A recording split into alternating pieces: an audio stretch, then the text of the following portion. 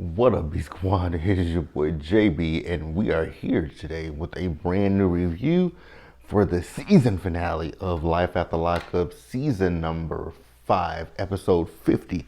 The episode was titled, what was this episode titled? Because I forgot already. It was titled Love is Sacrifice. Some of these people don't know what that means, but hey, neither here nor there. Now, before we do get into this video, if you guys are watching this video or any other video on the channel and you guys aren't subscribed yet, then I need you guys to do me a solid favor and stop checking me out on this date and have me pay for it at the end of it. You guys know the routine. You can do me that favor by liking the video, subscribing to the channel, turning on your post notifications, and also by sharing the video, you guys. And with that out of the way, without further ado, let's go ahead and discuss Life After Lockup, shall we? Alright, you guys. I don't expect to be on here that long because this episode, it was meh. So y'all might get 30 minutes out of me, but we'll see. So we will start up with the couples who, honestly, everybody gave nothing in this episode, to be honest with you. So we're just gonna start up wherever I feel like it. So let's start up with the worst of the worst, Bianca and Daniel. Congratulations, Daniel, for breaking up. I heard that Daniel and Bianca broke up. Allegedly, he cheated on her. He has another girlfriend, so congratulations to him. Now, the closing at the end of this episode didn't mention nothing of that. But Bianca and her stringy ass hair, they want to go and on a date with. She wants to go on a date with Daniel. I was like, my God, girl, if you don't do something about, like, you really need to do something about this hair. Your hair is stringy. You have split ends. And then you can't dress on top of that. That little 1-2 number she put on. I was like, girl, what is this? You know what? If she like it, I love it. I hate it. So Bianca is still hung up on Daniel marrying her. And I was just like, oh my God. Whereas Daniel is making a lot of logical sense, right? Daniel doesn't want to get married because of the fact that he just got out of prison. He just got a job. He's thinking practical, right? He also was thinking practical in the sense that he was wrong to ask her to marry him in prison. And I'm just trying to figure out Bianca is less than smart, right? Because he's talking about, I just started my job. We don't have a lot of money and we don't want to live off of your savings. I was like, oh, you don't want to live off, and I believed him. I actually believed Daniel. Like, Daniel makes a lot more sense when it comes to all this than she does, right? He told her he loves her, but he wants to marry her, but he just feels like he jumped the gun. I was like, you absolutely did jump the gun. Wrong person, wrong person, wrong person, right? But then she asked him, well, why not just give me something to symbolize it? I said, oh, so you want a ring. See, Bianca, when I look at her, like nothing seems to add up with her. And I'm over her. So Daniel did end up pulling out that ring that he got from the Plato's closet, right? And she was all smiles. And then he said, it's a promise ring. And she was like, what is it a promise for? I was like, girl, what is a promise ring? It's just a ring, a promise ring saying, I promise to. And then she asked him, what are we? Girl, y'all are boyfriend and girlfriend. Even if you, whatever. Sorry, y'all. I can't with her. He said, we're boyfriend and girlfriend. She was upset about that. Then he put it on her ring finger on her right hand. But it don't fit her ring finger. It fits her middle finger better than it does her right ring finger. I was like, well, that's symbolic enough right there for you, telling you what it really is. Like, she's ungrateful and she gets on my nerves and I don't ever want to see her and his stringy ass hair again. So at the end of the episode with their closing, Their closing was they moved into a new apartment together. Big mistake, Daniel, but y'all broken up, so I hope your neighbor know that lease. That's all I'll say. Ooh, excuse me. Yeah. I hope his name wasn't on that lease. Um, and she's still waiting on the ring. Girl, you might be waiting on the ring from another man because it ain't gonna be from Daniel. And I am ecstatic about that. You guys can definitely tell me what you think and what you feel, and we will discuss that down in the comments section, you guys. Next up, you guys, Melissa and Louie. Ain't nothing with Melissa and Louie in this episode. I really, really felt bad for Louie when he was talking to Melissa, like, you don't trust me. She really doesn't trust him. And he was like, I wish you were by yourself, because if you were by yourself, you wouldn't have gotten that ring appraised. And she's like, well, I got it appraised, just for insurance purposes. No, you did not, Melissa. That is not the reason that you got that ring appraised. You and your beak. I want better for Louie than Melissa. I really, truly do. Because Melissa ain't the one nor the two. So she's telling him, and then he like, do you trust me a little bit? She's like, no, he said, do you trust me? And she's like, I was like, bitch, he ain't done shit for you to not trust him. If anybody should have a lack of trust in their relationship, it's Louie with you. Y'all know how I feel about Melissa. Melissa and her nose just get on my nerves. Like, just gets on my damn nerves. She just gets on it. So their closing is Melissa wants to have a destination wedding, and Louie is studying to take his real estate exam so he can, to get in real estate and to pay for this wedding. Louie, don't break yourself trying to make, and that's gonna be I don't, you know what? I like Louie, but I don't want to see Melissa ever again. Louie, don't break yourself. Don't put yourself in a poor house trying to make her happy. Because honestly, whatever you do for Melissa, it never adds up to a hill of beans because she still finds a way to complain about things. And it is what it is. But that's it with Melissa and Louie, I think.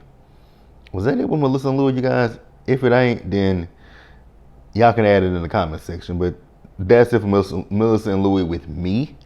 And we'll move on to the next couple. All right, you guys. So next up, let's talk about Brittany and Key-Rock. So you guys remember that Brittany is in Houston for 30 days, right? So she's nearing the end of that 30-day travel pass, right? So she's going to have to go back to Virginia. So she's going to be staying with her friend, what was the girl's name? Shayla, right? Now, y'all remember I called the friend a hater in the previous episode. And I still think that girl is a hater. I think she's a hater. She has some good sound advice for for Brittany when they were trying to do that elopement stuff. She has some sound advice, but the girl's still a hater. And I actually think the girl's a bad influence on Brittany, right? So Brittany, instead of going back and staying with Coffee, she's gonna be staying with her best friend, right? So her best friend is like, "Oh, girl, we gonna go to the club. We gonna do this." I said, "The club?" Now I realize y'all in your early 20s, but the club is the last place Brittany needs to have her ass, especially when she owes a restitution of $10,000. Girl, you need to have your ass at somebody's establishment, earning a paycheck every week, 2 weeks, or twice a month. That's what Brittany needs to be doing, not having her ass in the club.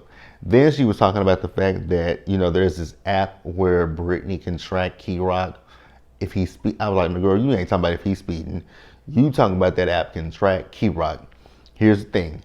If Brittany don't trust Key-Rock, Brittany needs to end up breaking up with Key-Rock.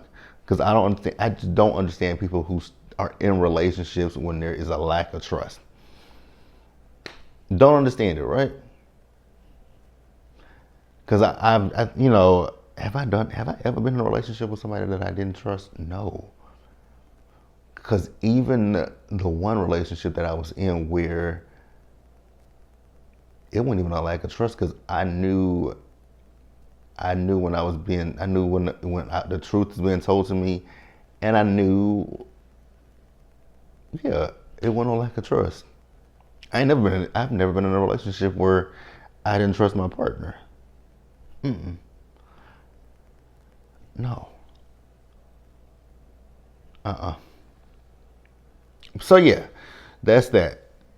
We also found out that Brittany said that Key had cheated on her when they were in prison. I was like, and Key he says that they were like 60 days into the relationship when this happened. I was like, I don't care if it was 10 days, 5 days. If you and her was in a relationship and you went and talked to another woman, slept with another woman in prison, then nigga, you cheated. It is what it is, right? So then after that, we see as Key mom and her boyfriend came over there, right? So Tammy is, asking when is Brittany going to the airport. She says she's got to be there, you know, today, that day that they're filming. And so Tammy is asking, like what happens if Brittany gets back to Key. Actually, no, she didn't ask what happens. She says what's going to happen.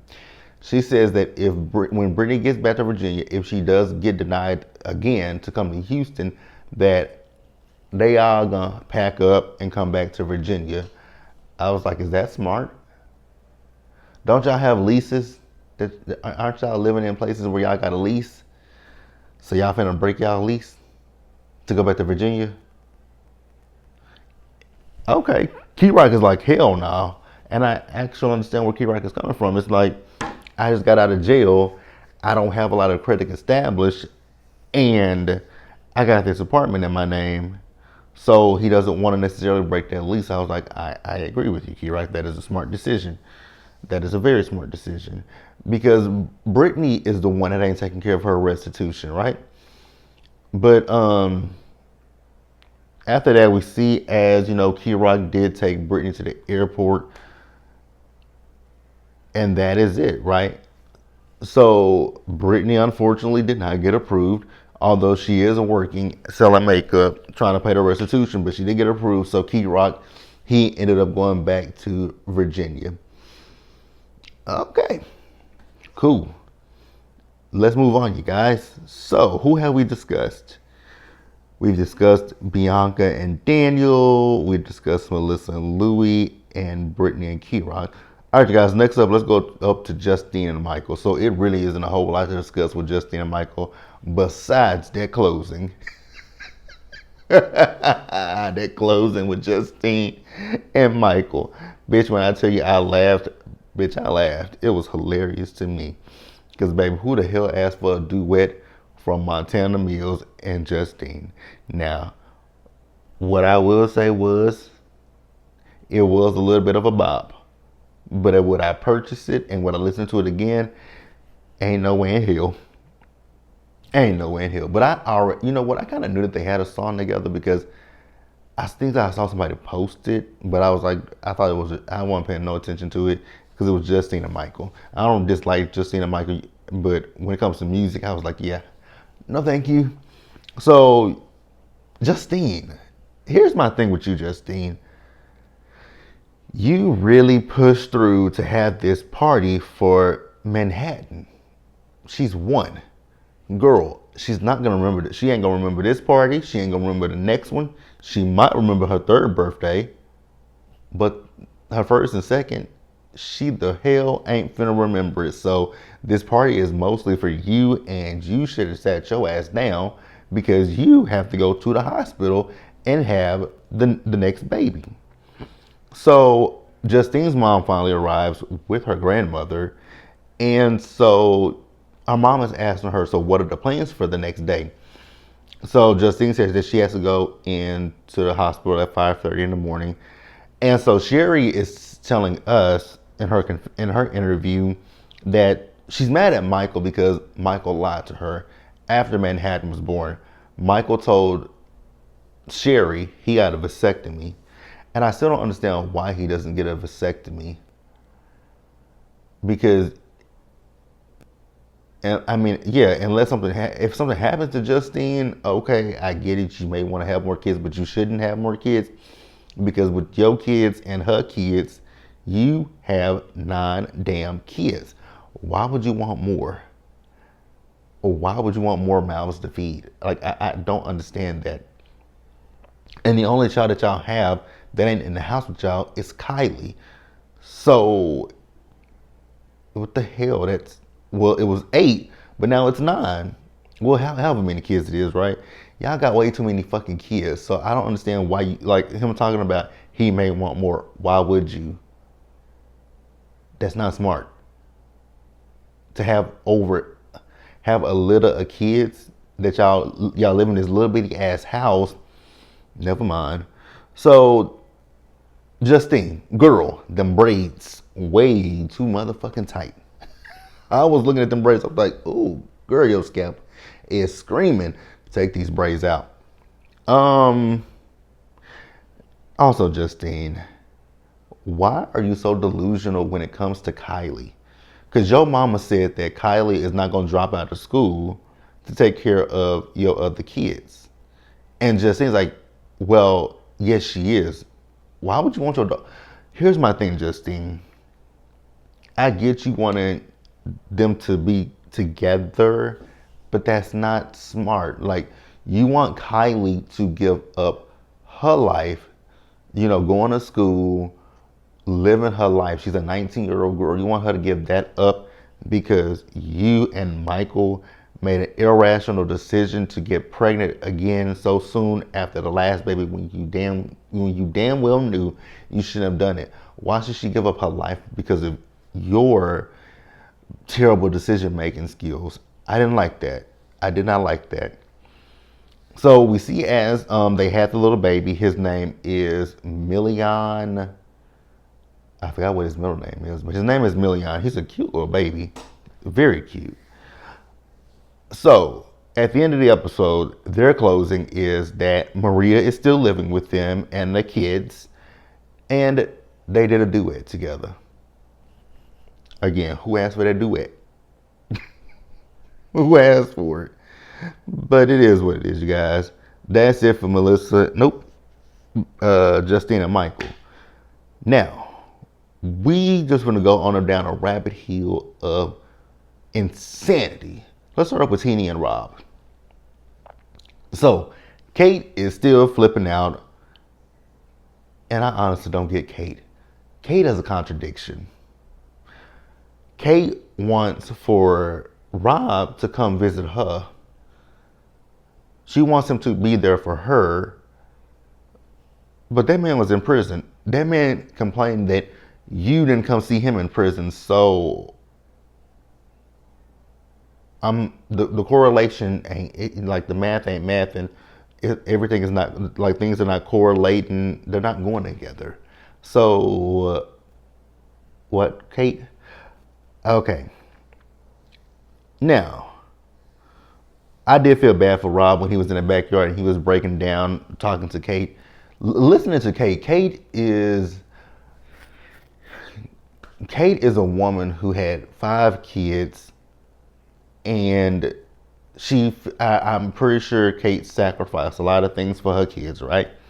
But now that Kate's kids are grown, I feel like Kate, and I know I feel like it's obvious that Kate wants to sit back now and be like, oh, I sacrificed this for you. I sacrificed that for you. I sacrificed, right? She sacrificed for them. So now they need to give back to her. Girl, that is not how life works. You chose to get pregnant by them. You chose to get pregnant with those boys. You chose to have those boys. Those boys didn't ask to be here. You had to take care of them. They don't have to take care of you. You do know that, Kate. You do know that you can get your lazy ass up and go get a damn job, right? Those are things you can do too, Kate. Like, Kate got on my nerves and pissed me off, right? Teenie. So Teenie is still sitting at work, and I'm using air quotes. She's still sitting at work looking at this stuff. Then she's talking about she's going to go home. I got her sentiment about her kids being there and she not knowing. I get it. But Teenie, girl, I'm going to call you out in just a slight second, right? So Rob and his mama made up with each other, right? But like I said, all Kate see is dollar signs when it comes to Rob. So, Rob, I know you've watched the episode just like the rest of us have. I know now you see that your wife mushed the hell out your mama's face. So your wife no. Yes, I was about to say your wife initiated the whole altercation. Here's the thing. Yes, Kate was talking her shit to Teeny. Teeny asked her, Kate, what is your problem with me? Kate hopped her ass up, right? Teeny came and pushed the hell out of Kate's face. Kate swung. So it was on Teeny. Teeny, for you to say that you didn't hit that woman because that is out of your character, well, the survey says that's a lie because you were out of your character when you put your hands on that lady. So Teeny got home and she was pissed off talking about Kate came over here and she's hugging my kids. She also apologized to your kids. When she hugged your kids, she said to them she was sorry. So what are you talking about? And Teeny, again, you hit Kate first. Like, we ain't gonna sit here and play that game. We're not gonna sit here and play that game. So at the end of the episode, we found out that Kate hadn't really talked to them since filming ended. And that white lady that's on his arm, she's gone. That is it for those two. If there's anything that I left out, you guys can leave it in the comment section. Let's go to the most deluded couple that we have on this show. The dunces. Kim and Joey. And his hips. Kim, girl, you stupid. I ain't got no other words for you besides stupidity. So we found out that Joey is not Kaysen's father. Congratulations. Thank God for that. I am so happy to say that little boy is not his. Thank God for small miracles. So she still refuses to put her kids first. I was like, you are not a smart person. Because Tatum is like, well, when Joey gets out of rehab, maybe he should go and stay with his mom. And Kim was like, nope, that's not going to happen. Also, it's not going to happen because his mama's not going to let him come stay with her. Girl, what? So you're going to let a recovering drug addict come back and stay with you and your sons? Okay, not smart. Then this heifer had the audacity and unmitigated gall to say that Joey is a role model to her kids. I said, huh? A what? A who? Okay, Kim, get the fuck off my television screen. A role model? A role model to your kids? Girl, are you stuck on stupid? You gotta be, because a role model. So, the closing with those two fools is Kim is divorced. Child, I hope that man should go for full cut. That man should now take all this footage from WeTV and go ask for full custody of his kids, because Kim, you are unfit as a mother.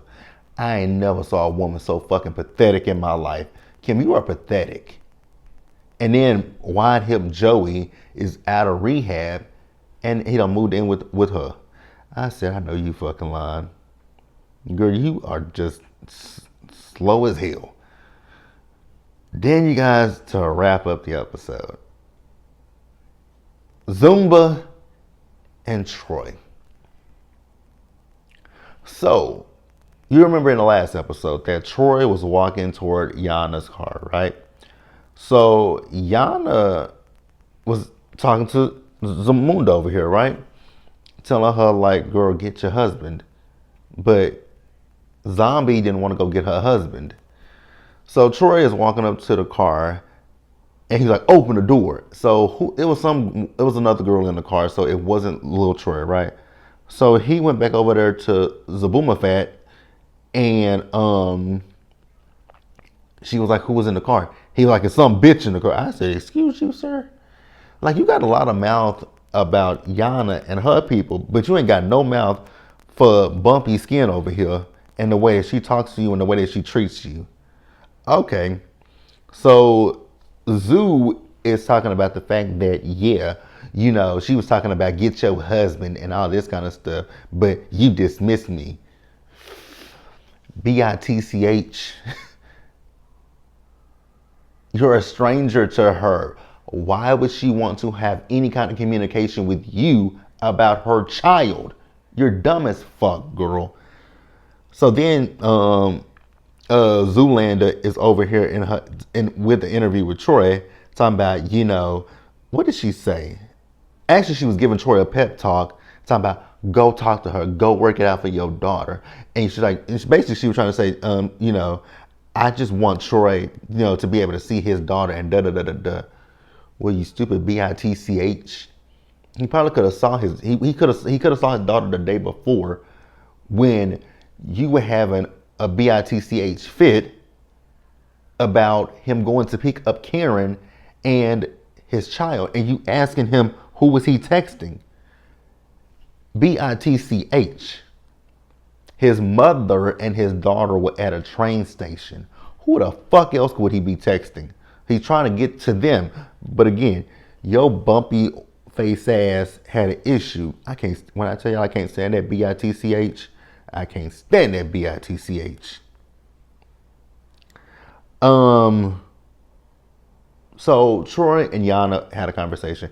I love the fact that Yana said, you know, you fuck with me, I have your ass in jail. I was like, you absolutely should. I don't advocate for putting, you know, people back in jail, but I have no problem with her putting them people in your life, Troy. And y'all can feel however y'all want to feel about that. I don't give a damn. So Yana said to Troy, I'll let you talk, right? And so Troy was talking to her. I wasn't listening because I agree with Yana. I'm not letting my child come to Syracuse to be around you and that crazy lady. And I agree with it.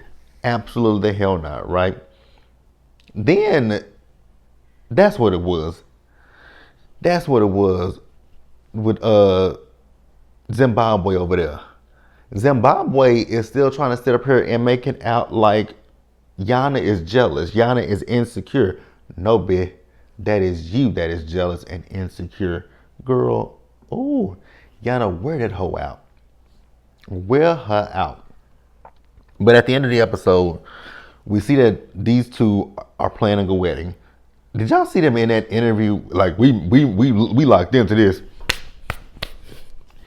Troy, you look stupid being locked in with this crazy broad right here. But if you like it, Troy, I love it for you. I wanted you to get out, but hey, obviously she got a hold on you. I don't know what it's hidden on. I would never want to know what it's hidden on because I would never want to be with somebody as crazy as her. But they're planning a quote unquote a real wedding. I hope y'all got real wedding money. And Yana let little Troy go to Syracuse. I was like, oh. Again, my child would have never went to Syracuse to be around that lady. No way in hell. But that was the season finale of Life After Lockup. So you guys know next Friday starts Love During Lockup. You guys also know that Love During Lockup is my least favorite of the lockups. They also have a new series that's coming on in February called Love After Lockup Crime Story. I won't be doing it. I may watch it, but I definitely know for a fact I won't be reviewing that. It's just us getting the backstory on some of our past criminals on Love After current and past criminals and what landed them in jail. I don't care. I don't. But that's it, you guys. Be sure to like the video, subscribe to the channel, turn on your post notifications, share the video, and until next time, stay safe, take care of yourselves, you guys. Wash your hands, be blessed, and I'll see you guys in the next video. I wasn't on here that long, less than 30 minutes, but I'll see you guys later. Bye.